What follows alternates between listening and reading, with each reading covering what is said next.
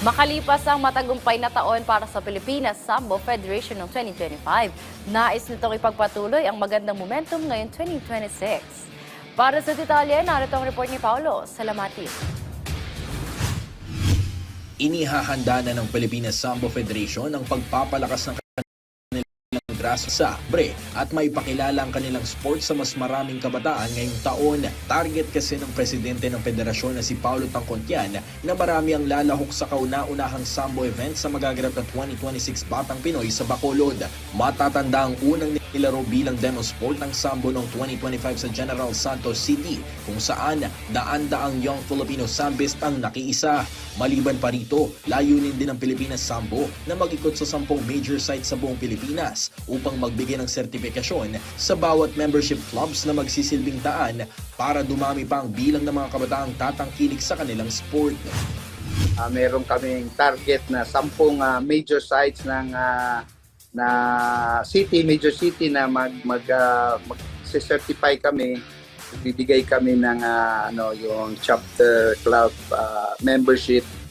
And yun, meron na kaming na-identify like una, Makati, Manila, Laguna, tapos pupunta kami sa Baguio, tapos meron pa pala Muntinlupa, ang daming malalakas din ng mga players natin doon.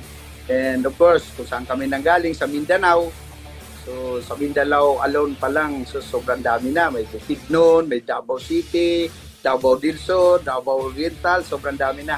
So target namin kasi para sa Batang Pinoy, siguro tinaano namin na dadami talaga ang mga bata na maging interesado, ma-involve dito sa Sambo.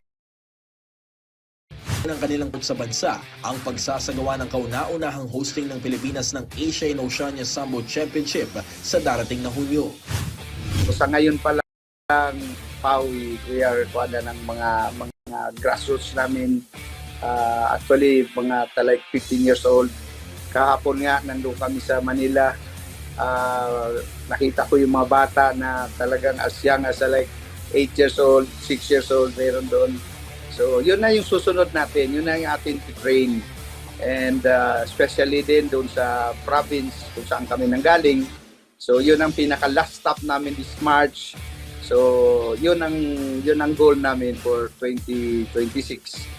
And yun, kasabay yung ating hosting. So, siguro lalago at makikilala na ang Pilipinas Sambo. Sa ngayon, kasabay ng kanilang pagpapalakas ng grassroots program, nakatakda ring sumabak ang Philippine Sambo team sa iba't ibang international tournaments ngayong taon. Paulo Salamati para sa Atletang Pilipino, para sa Bagong Pilipinas.